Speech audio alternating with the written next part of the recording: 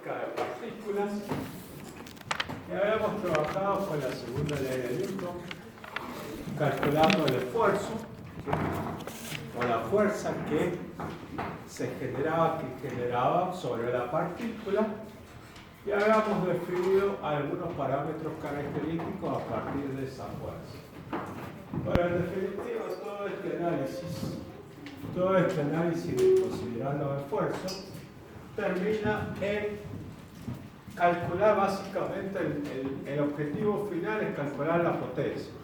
Nosotros necesitamos mover el equipo, en este caso la partícula, en definitiva vamos a terminar hablando del cuerpo, moverlo con una determinada potencia, con una determinada máquina motriz. Pero previamente, antes de calcular la potencia, tenemos que ver qué trabajo realiza esa fuerza. Entonces, lo que nos toca el día de hoy es analizar algunos conceptos que ustedes ya los han visto, pero por lo menos es un repaso de lo que ustedes plantearon en física. El concepto del trabajo y la energía. Como objetivo, lo que acabamos de decir, la fuerza, esa fuerza desarrolla un trabajo, y con ese trabajo vamos a terminar calculando la potencia teórica y la potencia real, para en función de ese valor de potencia poder elegir la máquina motriz más adecuada para mover el equipo. Básicamente ese es el camino que hay que seguir y vamos en busca de eso.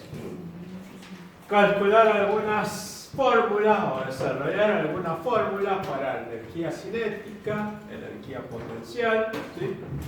Y todo esto termina o se sintetiza en lo que se conoce como el principio del trabajo y la energía, que sería otra manera de calcular el esfuerzo, ya vamos a ver que la próxima clase vamos a completar un poco todo este paquetito en donde podemos plantear, para calcular una aceleración, la podemos plantear a partir de la segunda ley de Newton, la podemos plantear utilizando el principio del trabajo y la energía, o vamos a tener un tercer método que va a ser el impulso y la cantidad de movimiento. Cualquiera de esos tres nos permiten obtener básicamente aceleración, velocidad, dependiendo de los datos que tengamos. Si es posible, si tenemos varios datos, podemos aplicar alguno de los tres métodos y verificar cuál es el que se aproxima, cuál es el que está más cercano, ¿sí? Hacer un análisis de sensibilidad a partir de los tres métodos. Ese es básicamente el camino que estamos siguiendo. Para el trabajo de una fuerza, en este caso estamos trabajando todavía sobre la partícula, referimos un sistema de eje que acá no está marcado, pero ese sistema de eje pasaría por el punto O, un sistema de eje de referencia, y vamos a tener la partícula, en este caso, la partícula que está referenciada respecto a ese sistema de referencia a través del vector posición EA. Esa partícula va a describir un determinado camino, ¿sí? Por efecto de la fuerza se va a mover el diferencial de R, y entonces, ¿sí? Va a pasar a una posición como la A', en donde nuestro vector posición ahora va a ser R por el diferencial de R. Y podemos definir, vamos a usar la notación que utiliza Hibbeler y que utiliza Billotto para el trabajo, como el producto de la fuerza por el camino o por la trayectoria recorrida. Como sabemos que la fuerza, en este caso la fuerza está describiendo un cierto ángulo alfa, si yo la planteo, este sería un producto vectorial, si yo la planteo de forma escalar, voy a tener que plantear y considerar el coseno del ángulo alfa. Debo que llevarlo con las componentes correspondientes. Y si lo planteo en componentes rectangulares, y voy a tener que considerar cada una de las fuerzas sobre los respectivos ejes. El X, el Y y el Z. ¿sí? Fundamentalmente nosotros vamos a trabajar sobre el plano, así que vamos a tener componentes rectangulares según el eje X y según el eje Y. Ese es el concepto básico del trabajo de una fuerza. Pero tenemos distintas aplicaciones, o sea, distintas situaciones en donde podemos plantear el trabajo de la fuerza. En este caso, el desplazamiento, considerando un desplazamiento finito, se pasa de la posición 1 a la posición 2, analizamos en una posición intermedia, la posición A. Bueno, vamos a plantear exactamente la misma fórmula, el producto de la fuerza por el desplazamiento recorrido. Vamos a considerar, si lo trabajamos como módulo, vamos a considerar el ángulo alfa, ¿sí?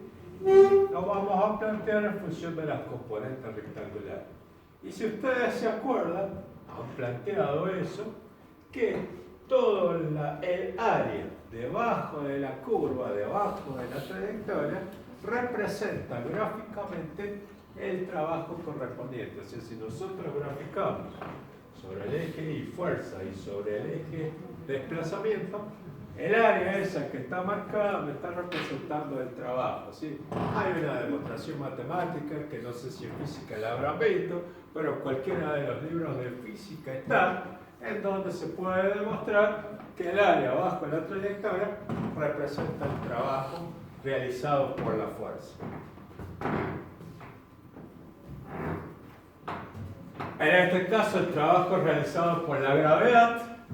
Acá tenemos también, este sería, si nosotros lo llevamos a una situación industrial, podría ser una cinta transportadora que está llevando determinados bultos desde una posición A1 hasta una posición A2, ¿sí? En este caso vamos a tomar un plano de referencia, que va a ser este. Cada una de esas posiciones va a tener una determinada coordenada, y sub 1 y sub 2. Si lo analizo para una posición cualquiera, voy a tener actuando el peso del bloque S, del paquete S. Entonces planteamos que la única fuerza que estoy teniendo es la del peso. Por lo tanto, según el eje X, la fuerza es 0. Según el eje Y, si tomamos positivo hacia arriba, vamos a considerar que la fuerza está actuando en sentido contrario, por lo tanto trabajamos con menos W. Y según el eje Z también tenemos una componente 0. Planteamos el trabajo, ¿sí? El trabajo para desplazarse de esta posición hasta esta, el producto de la fuerza multiplicado por el desplazamiento, integramos, bueno, y obtenemos que el trabajo que realiza desde la posición 1 a la 2 es el producto, en definitiva, de la fuerza, o del peso en este caso, multiplicado por el delta desplazamiento, multiplicado por la diferencia entre las ordenadas correspondientes.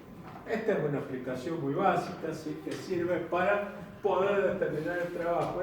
Creo que hay un ejercicio en la práctica en donde van a tener que plantear esta expresión, ¿sí? Y este es un caso muy particular, un caso industrial en el cual nosotros estamos llevando un peso a través de una cinta transportadora, a través de una banda transportadora, y podemos determinar cuál es el trabajo correspondiente. Este también es un caso que aparece, que nosotros después lo vamos a plantear cuando veamos vibraciones. En vibraciones nosotros analizamos el desplazamiento, la elongación que va a tener un resorte. Entonces acá planteamos la primera posición, que es el resorte sin deformar. Deformamos el resorte, aparece una elongación X1 por efecto de la fuerza, y entonces nosotros, el producto de la fuerza, en el caso del resorte, está multiplicado por la elongación correspondiente, multiplicado por una constante K, que es la constante del resorte. Ese es un valor característico, es un valor que depende del tipo de material con el cual esté hecho el resorte, se obtiene de tabla. Nosotros, para el caso del resorte, y esto lo vamos a plantear, por eso me interesa que lo tengan presente cuando veamos vibraciones, Porque partimos de esta expresión para calcular después la elocación y todo lo que se produce por efecto de la vibración del movimiento vibratorio.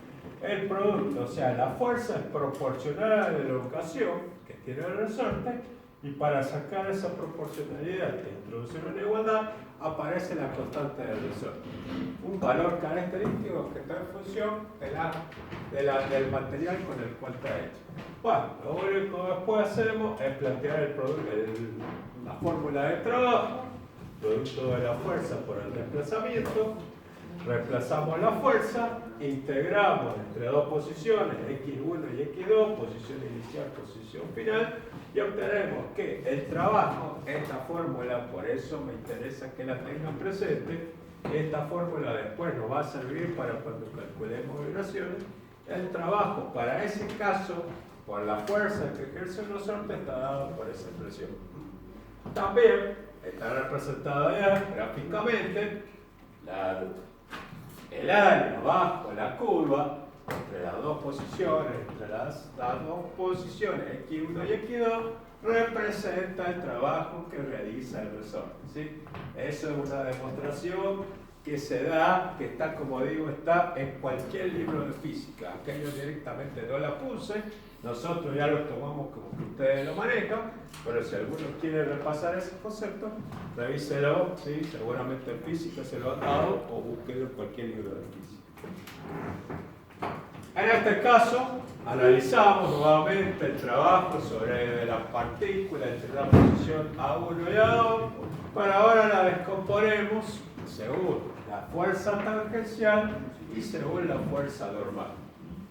Hacemos todo el análisis. Nosotros habíamos visto que por ley de Newton la fuerza tangencial era el producto de la masa por la aceleración tangencial, ¿sí?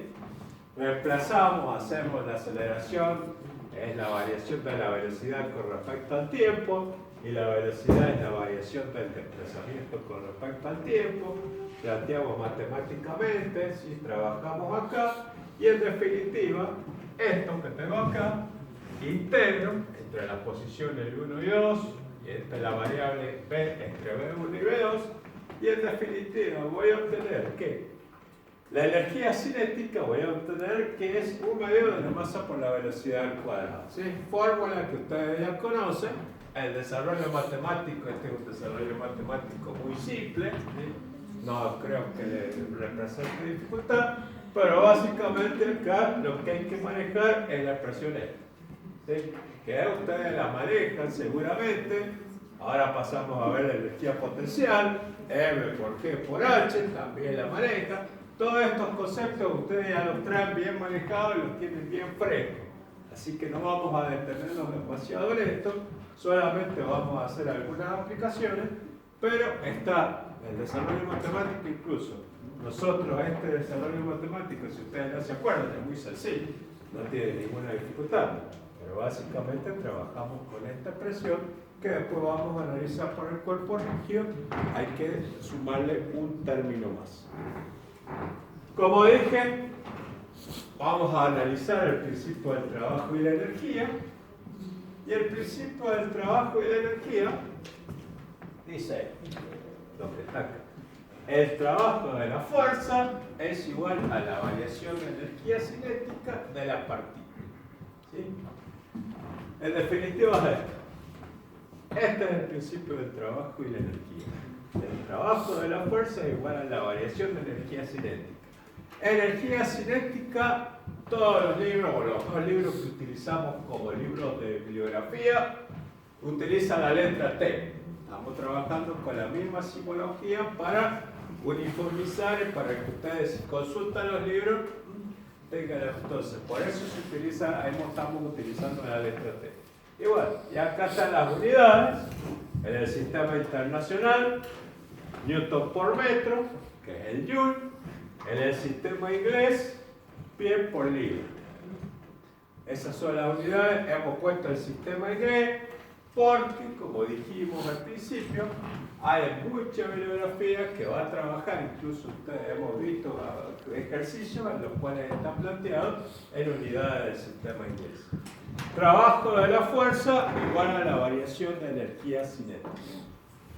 Acá hay una aplicación muy básica, ¿sí? La pelotita que está oscilando entre dos posiciones, la posición 1 y la posición 2. Consideramos que el trabajo que realiza es el producto solamente el peso por la longitud que tiene. Planteamos considerando que en la posición 1 la energía cinética es 0, parte del reposo. En la posición 2 la energía cinética es un medio de la masa es el peso sobre la gravedad por la velocidad al cuadrado. Planteo primero el principio del trabajo y la energía y obtengo la archiconocida fórmula para calcular la velocidad, la I de 2G por L. Habría otra forma de calcularla, después cuando veamos el impulso y cantidad de movimiento también podemos obtenerla de esa manera, ¿sí? Entonces, acá vemos que utilizando el principio del trabajo y la energía, no es necesario determinar la aceleración. Si aplicáramos segunda ley de Newton, sí necesitaríamos determinar la aceleración. Trabajamos con cantidades escalares, no hace falta hacer ningún tema del vector, ni versor, ni. Y las fuerzas que no realizan trabajo las eliminamos directamente, no las tenemos en cuenta. Esta es una fórmula muy básica. Esta es la fórmula también para calcular el tiro blanco, ¿sí? Son fórmulas que se pueden obtener de distintos caminos. En este caso, el camino que hemos utilizado aplicando el principio del trabajo y la energía, ¿sí? Una aplicación que es muy básica, pero es bastante representativa de lo que nosotros podemos determinar. Bueno, como dije, todo esto del trabajo, tenemos la fuerza, esa fuerza realiza un trabajo y ese trabajo me va a permitir calcular la potencia, ¿sí? La potencia teórica. Y después, como tengo que considerar el rendimiento que tiene el equipo, el rendimiento que tiene el sistema, ¿sí? Tengo que me sirve para calcular la potencia real, que tiene que ser mayor que la teórica, ¿sí? Porque voy a tener que tener en cuenta que ese sistema va a tener pérdidas. Entonces esas pérdidas las tengo que compensar. Esos son pequeños tips que hay que tener en cuenta cuando ustedes están calculando. Potencia real, por lo general, siempre es mayor que la teórica, porque necesito tener en cuenta que el sistema tiene pérdidas. Entonces tengo que compensar con el equipo motriz las pérdidas que voy a tener. Bueno, potencia y rendimiento, en definitiva, potencia, la fuerza por velocidad, fórmula de la matemática del primer grado, de la primaria, más o menos, ¿sí? Bueno, está planteada acá las distintas equivalencias. ¿Cuánto es un HP? Son 746 watts. Un caballo de vapor son 736 watts. Entre el HP y el caballo de vapor hay 1,3, más o menos de diferencia. Bueno, todas esas equivalencias bien manejadas, bien firmes, bien frescas, son importantes. ¿Por qué? Porque van a encontrarse, fíjense, un pie por libra por segundo, un joule por segundo, ¿cuántos watts son? ¿Sí? Nosotros vamos a darle distintas, en el parcial, le vamos a dar distintas unidades para que hagan las equivalencias. Manejen esas equivalencias, no les pido que se manejen todas porque no se pueden manejar todas, pero sí las importantes. Un HP, un caballo de vapor, 1 kilogrammetro por segundo, ¿cuántos caballos de vapor son? ¿Sí? Bueno, todas esas pequeñas equivalencias que me permiten calcular rápidamente hay que manejar. Bueno, y en definitiva, el rendimiento. El rendimiento es la relación entre la potencia de salida respecto de la potencia de entrada, ¿sí? Por lo general, los sistemas mecánicos hablamos de rendimiento del 70, 80%, 0,7, 0,8, ¿sí? Generalmente los rendimientos, los equipos mecánicos no tienen, los equipos eléctricos tienen mucho mejor rendimiento. Los equipos eléctricos tienen rendimiento hasta el 95%. Un transformador, un motor de un asincrónico. Los equipos mecánicos tienen rendimiento bastante menor respecto a eso, ¿sí? Incluso muchas veces, si ustedes analizan comparado con un hidráulico o con un eléctrico, el mecánico es el que tiene menos rendimiento. Entonces hablamos de un rendimiento del 70, del 80% como máximo, 0,7, 0,8. Acuérdense, cuando nosotros calculamos la potencia real, el rendimiento se pone en forma centesimal, ¿sí? 0,7, 0,8, se pone 70 sobre 100. Ojo con esas cuestiones que por ahí meten la pata y les dan cualquier cosa. Entonces, hay que tener cuidado con eso. Y bueno, el rendimiento da una medida del total de las pérdidas de energía puestas en juego. En definitiva, ¿cuánta potencia tengo a la salida respecto de la potencia de entrada? Eso me va a dar las pérdidas que voy a tener en el sistema, entre la entrada y la salida. Todo este concepto, esto es lo importante y esto es lo que nosotros tenemos que manejar, ¿sí? Porque en definitiva, yo tengo que mover un equipo a partir de una máquina motriz. ¿Cómo selecciono esa máquina motriz? A partir de la potencia real y teniendo en cuenta las pérdidas. Entonces, todo este concepto bien manejado, que es un concepto importante, ¿sí? Bueno, como les decía, la otra energía potencial, en un balance energético, siempre aparecen las energías entrantes y las energías salientes, y siempre tenemos la energía cinética y la energía potencial están presentes. Lo deben haber visto en hidráulica cuando analizaron Bernoulli, lo deben haber visto en termodinámica cuando trabajaron con el primer principio, y bueno, lo vamos a seguir viendo acá en mecánico porque también tenemos, ¿sí? Hablamos de energía, o sea que aparece siempre en cualquier tipo de mecanismo. La energía potencial, ¿sí? Bueno, hay que calcularla, utilizo, como digo, la simbología que viene trayendo Bill Shotton y Gibeler, la trabaja con la letra B mayúscula. Entonces, la energía potencial proporciona una medida de trabajo que puede realizarse, acuérdense que es la que tiene en cuenta la altura, masa por G por H o peso por la altura. Si la energía potencial aumenta durante el desplazamiento, el trabajo es negativo. Esa es una convención que se toma. En este caso, si el trabajo es positivo, disminuye la energía potencial. Esas son pequeñas convenciones que se han tomado en función de la historia, de la práctica, ¿sí? No son reglas exactas, sino que son convenciones. El signo que se le da es convencional, como el sentido de la corriente, como el sentido que tiene el flujo calórico, como todas esas cuestiones que uno las toma en forma convencional. Bueno, cantidad de movimiento de la partícula, ya estuvimos charlando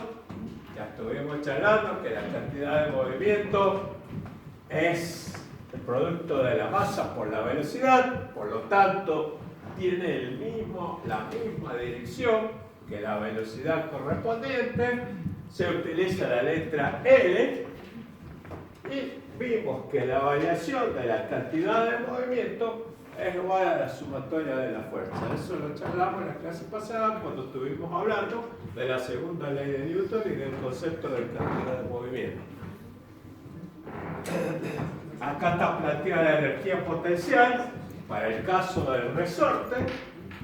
En función, fíjense que la energía potencial me queda un medio de la constante del resorte por la elongación al cuadrado. Ese también es importante que lo tengan presente. Lo vamos a utilizar en el caso del movimiento vibratorio. Es una de las últimas bolillas, la vamos a ver más o menos fines de octubre, pero por lo menos ya lo vamos teniendo presente y me interesa que lo manejen. Fuerzas conservativas. Bueno, este concepto de fuerzas conservativas, una fuerza se dice que es conservativa cuando para realizar el desplazamiento desde la posición 1 hasta la posición 2 no depende de la trayectoria que sigue la partícula, es independiente de la trayectoria que sigue la partícula. Por lo tanto, si hablamos en un sistema cerrado, ¿sí? Vamos a ver que en un sistema cerrado, si planteamos, no sé si ya han visto la parte de integrales curvilíneas, ¿sí? Ya vamos a ver que ese producto entre la fuerza es igual a cero. Reitero, entonces una fuerza es conservativa cuando para desplazarse desde la posición 1 a la posición 2 no depende de la trayectoria que sigue la partícula. Entonces, el planteamiento es exactamente el mismo. Solamente hay que tener en cuenta que es independiente de la trayectoria. Cualquiera sea la trayectoria que siga, vamos a tener que el concepto de la fuerza va a ser el mismo. Conservación de la energía. ¿Qué significa esto? El principio del trabajo de la energía, la variación de energía potencial es igual a la variación de energía cinética. Otro principio que me sirve para determinar algún parámetro característico. Y volvemos al ejemplito básico, ¿sí?, que tenemos de la bolita que se mueve entre distintas posiciones. Entonces la posición 1, que parte del reposo, la energía cinética es 1. La energía potencial es el producto del peso multiplicado por la longitud que tiene. Si planteamos la suma de la energía cinética más la potencial, me queda omega por L. La velocidad 2 ya habíamos visto que era la raíz de 2G por L, la obtuvimos en clase en la diapositiva anterior. Para la posición 2, la energía cinética es un medio de la masa por la velocidad al cuadrado. Reemplazo masa, peso sobre gravedad, velocidad, reemplazo por esto. Y en definitiva obtengo igual a omega por L. La energía potencial para 2, como el plano de referencia pasa por ahí, es 0. Y por lo tanto, fíjense que se cumple lo que habíamos dicho, ¿sí? T2 más W es igual a omega por L. El principio de conservación de la energía. Un ejemplo muy básico. Esquivel creo que da otro también básico, ¿sí? Este está sacado de Billon. Esquivel da otro, pero es también muy básico, en donde ustedes pueden ver cómo se aplica el principio de conservación de la energía. Bueno, acá distintos ejemplos, ¿sí? ¿Qué pasa ahí? En el caso este es el caso que esa foto corresponde al accidente de Ayrton Senna. No sé si ustedes eran muy chiquitos, seguramente cuando Ayrton Senna pega contra la pared y se mata. Si un auto golpea la pared, la energía cinética se transforma en trabajo, lo cual causará que la pared del auto se deforme, ¿sí? Conociendo la cantidad de energía absorbida por la pared, es posible diseñar un colchón anti-choque. Esa foto corresponde a ese accidente. Bueno, no estaba previsto el impacto, ¿sí? Y por lo tanto se mató. La energía cinética la absorbió totalmente el piloto, y una de las cosas que fue es que se reventó por dentro, ¿sí? Esa energía hizo que reventara por dentro el piloto, ¿no? Por eso fue que se desacró y tuvo ese problema. Si hubiera habido un elemento que hubiera absorbido la energía que traía el vehículo, posiblemente se salvaba. No sé si lo conocen, quién era Ayrton Senna, ¿sí? Ustedes eran muy chiquitos, el tipo, no me acuerdo qué año murió. 93 creo que fue. ¿Ah? 93 me parece. 93, bueno, era chiquito. ¿Cuántos años tenés? Poco. ¿Ah? Muy poco. Por eso digo, no sé. Bueno, acá tenemos energía potencial cuando el tipo está arriba, energía cinética cuando adquirió velocidad, ¿sí? Algunos de ustedes practican esto, por lo menos lo han visto de qué se trata. Son distintas aplicaciones. Este es el caso industrial, el caso que habíamos visto, que les dije que ¿sí? Distintas cintas transportadoras, bandas transportadoras, podemos calcular cuál es la velocidad que adquiere ese bulto, ¿sí? Podemos calcular la altura a la cual lo podemos llevar en función de la fuerza que estamos haciendo. Distintos ejemplos para poder aplicar el principio del trabajo y la energía o la conservación. O cuando se está esquiando, entonces necesitamos, ¿sí? Como dice acá, descender la montaña, convierte su energía potencial en cinética. Para evitar una velocidad excesiva, deben esquiar de manera que la nieve efectúe sobre ellos trabajo negativo, ¿sí? reduciendo la energía cinética. Generalmente lo que uno hace es quedar bajando en zigzag para reducir la velocidad, si no nos hacemos pelota contra el cielo abajo, más si no manejamos la vaquilla. Bueno, como les dije, básicamente los dos libros que hemos manejado son estos dos. Hay algún concepto, algún ejemplito, sí, los ejemplitos estos que puse el último de Moresi, pero en definitiva los dos libros que manejan el tema son los dos libros que nosotros utilizamos como guía. Creo que ya lo han visto esto, no hemos repetido nada nuevo respecto de lo que ustedes han visto en física. Me interesaría que mantengan, ¿sí?, el principio de trabajo y la energía, que mantenga el caso del resorte, aplicando el caso del resorte, porque el caso del resorte nosotros lo vamos a necesitar cuando veamos un movimiento vibratorio.